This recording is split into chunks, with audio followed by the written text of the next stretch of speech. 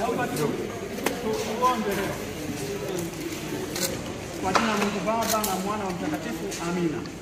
Mungu wetu, tunakushukuru kwa ajili ya siku hii ya leo tena, ambapo tunakuja kwa ajili ya kesi ya Mheshimiwa Lissu.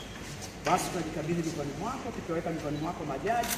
Tunaomba ukawaangazie akili ya kupata kujua namna ya kutenda haki, na ukawalinde pia katika maisha yao na afya zao.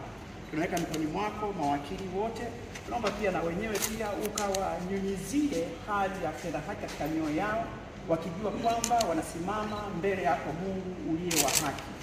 Tunamkabidhi Mheshimiwa Lissu mikononi mwako. Tunaomba Bwana ukamtunze, ukampe na afya njema, lolote lilo baya lisimpate.